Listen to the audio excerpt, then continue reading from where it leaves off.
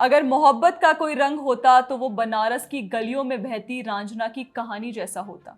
लेकिन सोचिए, उस कहानी का जिसका अंत सिनेमा गोअर्स के दिल को चीर कर रख देता था, वो अगर अचानक बदल दिया जाए और कहा जाए अब कुंदन नहीं मरा, अब सब हैप्पी एंडिंग है।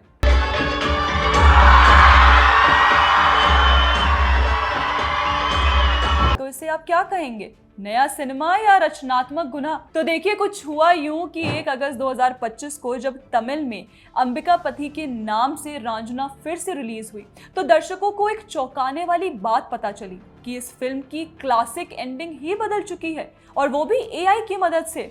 जी हाँ, एरोस इंटरनेशनल, जो इस फिल्म के प्रोड्यूसर और कॉपीराइट होल्डर हैं, उनका कहना है कि ये कोई गुनाह नहीं, ये तो क्रिएटिव रीइमेजिनिंग है। सीईओ प्रदीप द्विवेदी ने इसे एक रिस्पेक्टफुल रीइंटरप्रिटेशन बताया। मतलब अब कहानी इस तरह पेश की गई है जैसे कुंदन बच जाता है और जिंदगी को दूसरा मौका मिलता है। तो इस क्लासिक मूवी की एंडिंग को ऐसा एआई ट्विस्ट देने के पीछे का जो कारण बताया जा रहा है, वो कुछ ऐसा है कि नई जनरेशन को अपील करना है, खासकर तमिल मार्केट में जहां धनुष की जबरदस्त फैन फॉलोइंग है। बॉक्स ऑफिस की कमाई बढ़ाना, क्योंकि आज की ऑडियंस सैड एंडिंग से थोड़ा एलर्जिक हो गई है। टेक्नोलॉजी को एम्ब्रेस करना, जैसे वीएफएक्स या डायरेक्टर्स कट, वैसे ही एआई को भी एक नए टूल की तरह इस्तेमाल किया गया है। और इसी को लेकर प्रोड्यूसर्स का मानना है कि पुरानी फिल्म हटाई नहीं गई, ये एआई वर्जन एक ऑल्टरनेट कट है जिसे हम प्रयोग के तौर पर देख रहे हैं। लेकिन दोस्तों, वहीं दूसरी तरफ बॉलीवुड का क्रिएटिव तबका इस फैसले से आग बबूला है। आनंद एल रॉय, जो इस फिल्म के निर्देशक हैं, उन्होंने कहा ये एक क्रिएटिव तख्ता पलट है, मेरे इमोशनल विजन के साथ बेईमानी हुई है।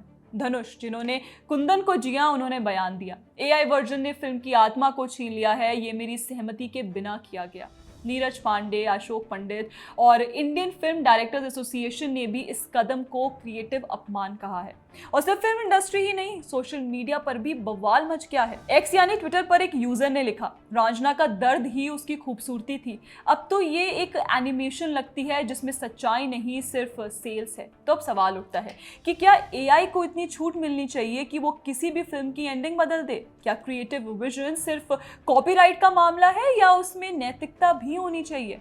इस पर आनंद एल राय कहते हैं कि बिजनेस डिस्प्यूट्स अपनी जगह, लेकिन फिल्म की आत्मा के साथ छेड़छाड़ एक खतरनाक उदाहरण बन सकती है।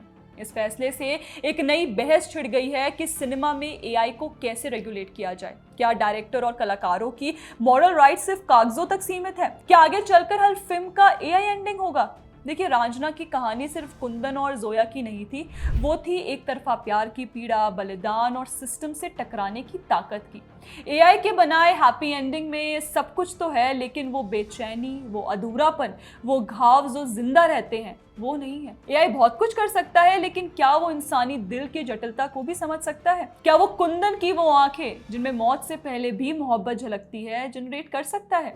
आप इस पर क्या सोचते हैं? हमें कमेंट में बताइए कि रांझना का कौन सा एंडिंग आपके दिल में बसता है, एआई या असली वाला?